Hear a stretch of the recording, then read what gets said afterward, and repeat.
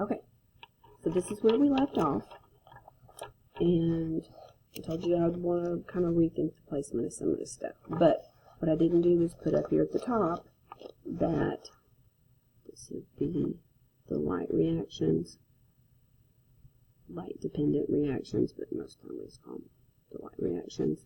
And if we think about where we are here, we just did 10.1 number 8. We talked about the water. We didn't talk about how we knew where it came from. We'll talk about that when we do some of the notes at the bottom. So right through here, we did the light reactions. We've already talked about chemiosmosis before. So it's just where that you use some type of ion gradient, and it's going to move across the membrane to do work. And now we're right here. So we're at summarizing the Calvin cycle, and then we can go up here later, when we take our notes and do the whole, what happens if you don't have enough of this, and all that. Okay, so here's the light reactions. So I'm going to go to my next page and get ready to do a very basic Calvin cycle. So I think what I'll do up here is put, these are the light independent, because they don't need light. My pen's running out of ink. And so it's the Calvin cycle. So I am going to tell you again, there's some little quirky weird things that are somewhat different as far as just the way we say things in the U.S. So I'm going to watch and see what she does, and then I'll pause, draw, and come back. So I'm going to listen, and then I'll go from there. So this is it. I'm hoping I could make it big. I don't know. It's crazy. So in the previous stage, which is the Z scheme, we got ATP and reduced NADP as the products. So NADPH. Bit here. If you think about the reaction of photosynthesis equation, we need water and carbon dioxide. Water was previously broken down in the Z scheme, and now carbon dioxide comes into this stage. Now carbon dioxide here will combine with a chemical called ribulose bisphosphate. We can call it RUEP as the short form.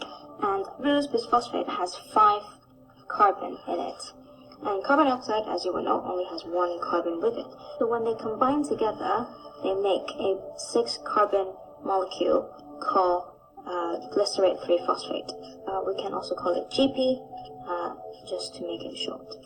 Now this reaction here is catalyzed by an enzyme called Rubisco, and the full name for it is ribulose bisphosphate carboxylase. It is one of the most abundant enzymes in plants. However, in the it world. is also very inefficient because it actually can be competitively inhibited by oxygen at the same time. However, this is key in this carbon fixation reaction. Then after that, glycerate phosphate can then be converted into triose phosphate, which is another 6-carbon molecule.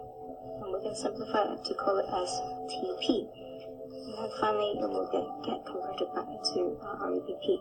Now, as you can see here, it is still a 6-carbon molecule. However, the structure has been changed slightly. The reason for that is so that they can actually want to make different things.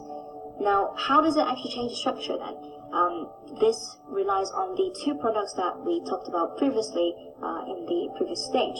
So here ATP comes in and it gets converted into ADP. And this one, the reason for that is to provide the energy for molecular rearrangement. So we talked about that, conformational change. Here to reduce GP to TP. So it donates one of its protons to it to actually change the structure. And more importantly, the enzyme. And then finally, when triose phosphate goes back to ribulose bisphosphate, Stop talking, chick. Okay, we gotta talk about this for a second. So whenever you use ATP, there's conformational change. So your molecule is just rearranging, changing, and it's going to change in its amount of energy. So you're now going from molecules that are lower in energy and more stable, and we're making glucose, right? That's the goal. Glucose has weak, unstable bonds. So we're changing the conformation into conformations that are not as energetically favorable, which means it would cost us energy to put them there in that less stable state. And here's the weird thing for her. Reduced NADP. So this is NADPH. It's the electron carrier that came from the light reactions. It's carrying electrons. That's the key. She skips right over that. Yes, it does give a proton, which is a hydrogen ion, but its big deal is it donates, not really, it has them taken from them. It doesn't matter.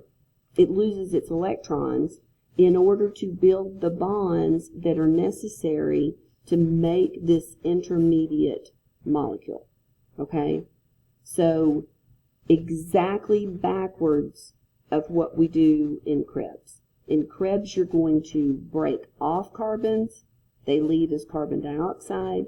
Every time you go through the cycle, the molecules change their shape.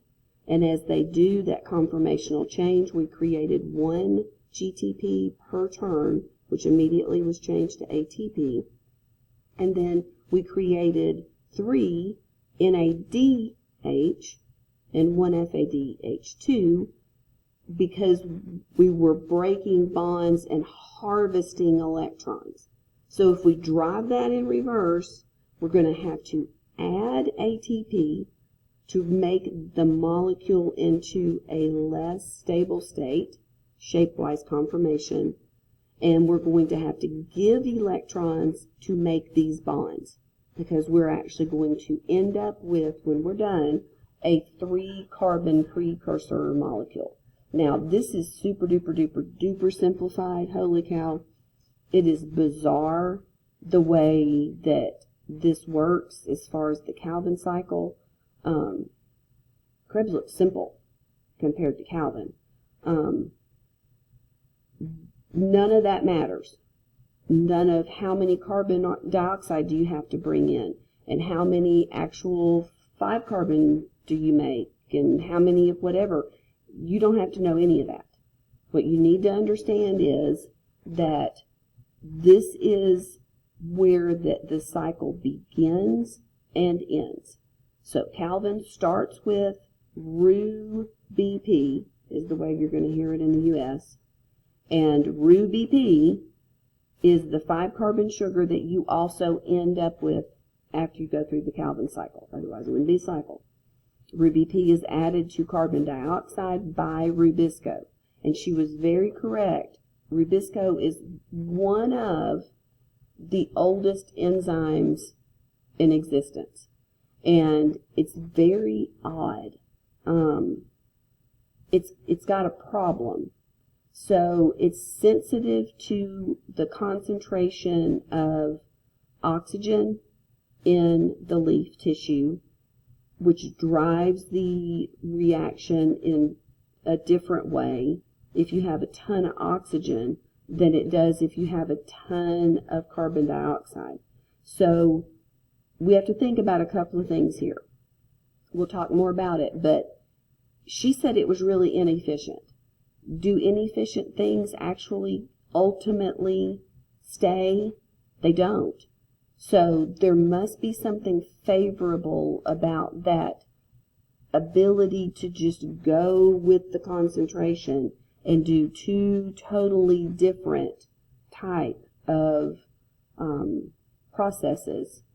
So in this particular case, when you have quite a bit of carbon dioxide, you're going to have Rubisco, which is the enzyme. Weird name, I know, but just remember, he's like old as dirt.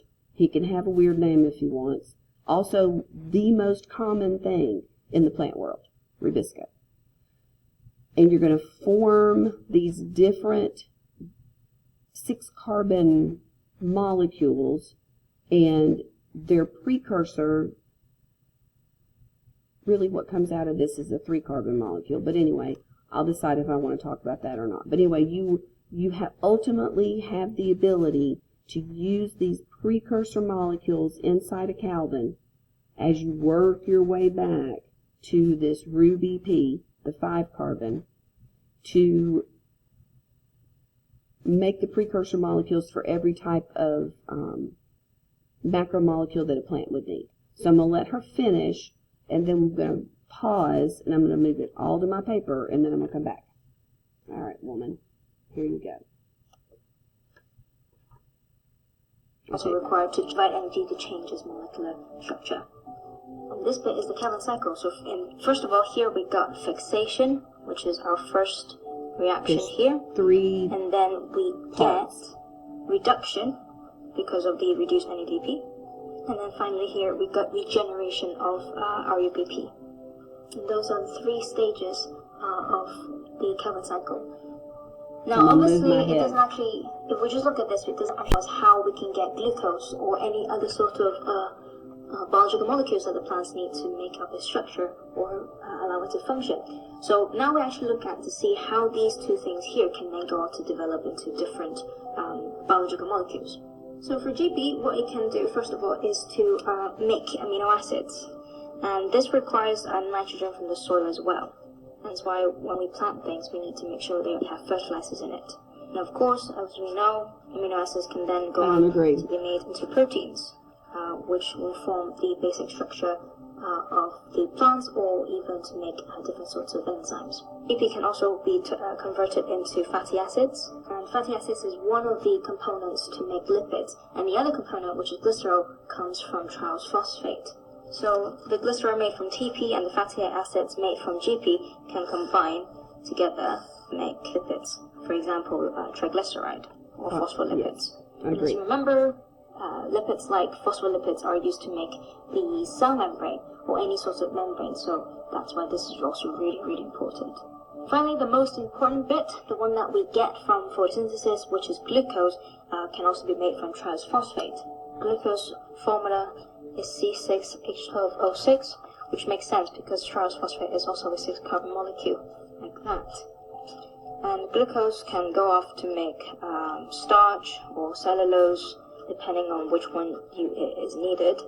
And cellulose is used to make the cell wall, and starch is can be made in starch granules, which are energy storage. And of course, apart from glucose, they can also turn triose phosphate into any other hexyl sugars, for example, fructose as well. And there you have it. This is the whole Calvin cycle. Very quickly, and then we've got monoxide. Okay, she's done. Previous stage, which is the Z scheme. We've got ATP and reduced NADP under the caption of Rubisco to make glycerate phosphate GP. There. Whew. Okay, so I'm going to pause. I'm going to draw mine. You might want to wait until you see mine, because I don't know if I'll draw mine exactly the same. Okay, so I am all for making things simple. I am all about that you don't have to know all of the craziness. You need to know pretty much what goes in, how you can use the parts as we go to do certain things, and what comes back as far as what you start with, which is regenerated, what's added in. However, I take exception with a couple of ways that she oversimplified. So here's mine. And so let's just go through here. Carbon dioxide enters into, it's one of the inputs of the Calvin cycle. It is combined with this RuBP. That's the beginning and the end molecule, and it is 5 carbons, and you end up with a 6-carbon set of sugars. I don't even know how to describe to you how crazy some of this is, but the point is, ultimately, you're going to have to do 3 turns before you're actually able to get some of these products. Nobody asks you about the turns in Calvin. That tells you how complicated it is. So, as we're going through Calvin, and I'm going to come up here and I'm going to make a little note, and I'll tell you, like, that's the way I write Calvin, and I'll explain it in a second. So we're putting carbons together, right, with the ultimate goal of photosynthesis makes glucose, and you end up with, she calls it glycerate phosphate. There's several names for this molecule. It is not a 6-carbon molecule. It is a 3-carbon molecule, often found together in pairs for 6. Okay, but it is wrong for her to say it's 6 unless she puts that there's 2 of them. Glyceraldehyde 3-phosphate is the most common nomenclature for this molecule, which is why I put GP3. That's what we're used to, except for it's G3P, and I don't know if I can, let me see if I can get my 3 in between. I didn't think I could, but I'm going to try. Okay, so now that you're watching me, you know that I'm writing G3P. We've seen that in glycolysis. I told you it was a Swiss Army knife. It can be made into many, many things, okay? So you can take it and use it as it is and back it up into glucose right here. It doesn't have to come from this over here. It can come from even right here. You've got to take 2, you've got to dephosphorylate them twice. So you can. I don't think that's energetically the way it tends to go, but G3P with the addition of some form, so we're going to put that here. It's not just nitrogen. Notice I didn't make it diatomic. I'm just making it very vague. Plants, as a rule, can't take nitrogen from the air. They have to use bacteria that do this for them in a mutualistic relationship. They're in nodes that exist on their roots in the ground, and they fix the nitrogen into organic compounds that plants can use. So you just need a source of nitrogen, because amino acids have the amine group, and you've got to be able to put that nitrogenous source with just, this is just carbons, hydrogens, and oxygens. Okay? In a source of nitrogen, you can make amino acids. From amino acids, you can make all the proteins that you want. Just put them in the order that are the directions from the genes, and you'll have tons of proteins. You can also use glyceraldehyde 3-phosphate to make fatty acids. Okay, it's pretty much the opposite of beta oxidation, but you can do that. And when you use this triose phosphate, which is just further along in the Calvin cycle, it can be pulled out of the Calvin cycle and used to make glycerol. And glycerol plus fatty acids, remember glycerol is like a flagpole with 3 places for flags, and you can put 3 different fatty acids on it, and that makes triglycerides. Or you can put 2 fatty acids on it and some type of phosphate head and end up with phospholipids. So you can get lipids, you can get amino acids, which give you proteins, and then you can get sugars. So yet again, I totally think that she went overboard with her simplification. We're really clear as 3. Triose is a 3-carbon sugar. So triose phosphate, TP, is a 3-carbon sugar. If you put 2 together, you end up with a 6-carbon sugar, which is what she jumped to. It's kind of like if you paid to go to a movie and 5 minutes in, they skipped to the last scene and they said, "You're welcome." Okay, well, I kind of missed the whole stuff in the middle. You should have filled me in. She should not have jumped to 6. Triose is 3. 2 TPs are a 6-carbon, which can make glucose. And you notice that glucose and fructose have the same molecular formula, but they're isomers of each other. And so there's isomerases, which are enzymes that can flip these back and forth. Plants in general prefer fructose, and they take their glucose to make to starch, which is just a series of glucoses put together. And then cellulose, so this is structural because it's become part of the cell wall, and it's used to like hold the cell shape, the plant cells, and then this is for energy. So the plant can make everything it needs as it puts its carbon dioxides together into these organic compounds. So that's why I remember the Calvin cycle as C bonded to C, because it reminds me you're putting carbons together.